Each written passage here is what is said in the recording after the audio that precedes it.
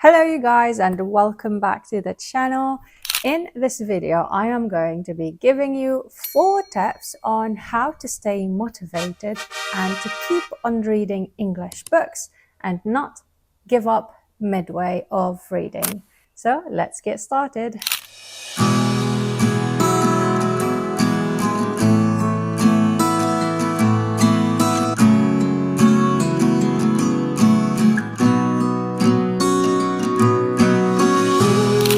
Okay, you guys, so we've got 4 tips. Look what I did. I had to drag the bookshelves here for you.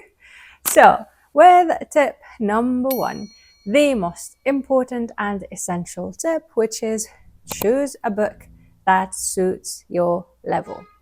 Okay, why is this important? Because if you choose something that is higher than your level, chances are you're going to get rid of it and not continue reading it. And if you choose something that is way lower than your level, chances are you're going to quit this book and you're going to find it boring.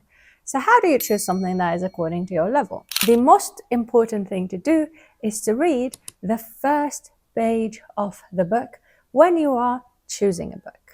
You know, don't read the back of the book and decide according to it. No, read the first page. Let me show you an example. So imagine I've got a lot of Harry Potter books, so don't judge me, okay? Well, let's say, for example, I've got this one, okay? The Relationship Cure, all right?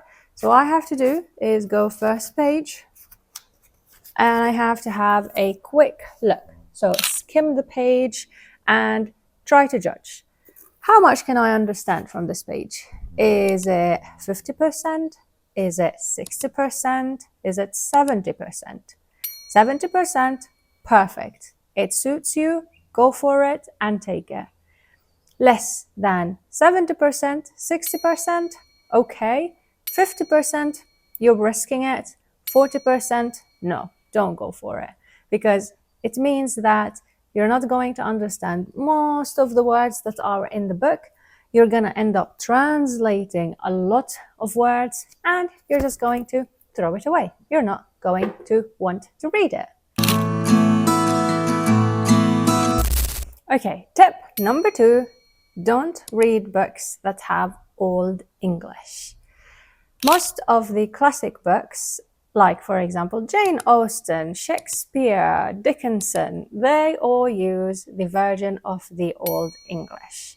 And the Old English is a really hard English to understand, even for us, the advanced speakers.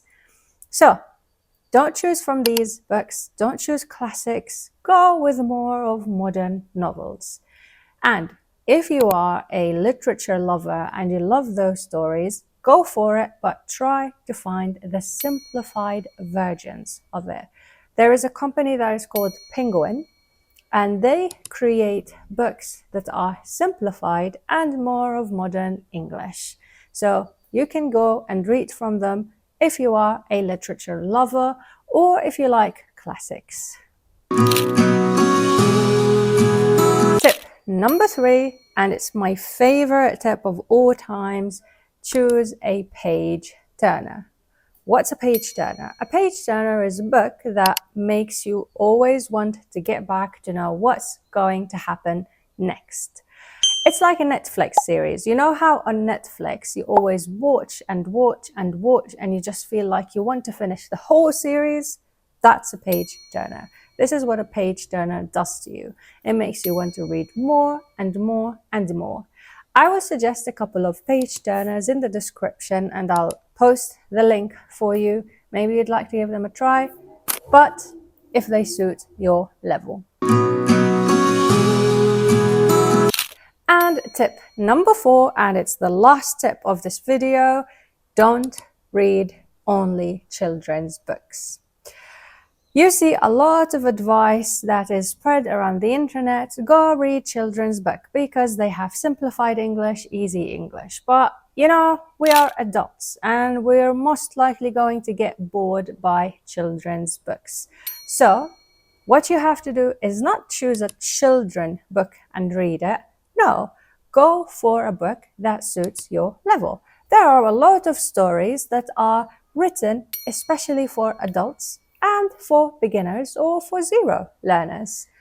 I will also try to suggest some of these in the description down below. And if you want more suggestions on more books, you can check out the video that I made previously on book suggestions for all levels. You'll find it up there somewhere. And yeah, thank you for watching, guys. That's it for today's video. It's a quick and short one.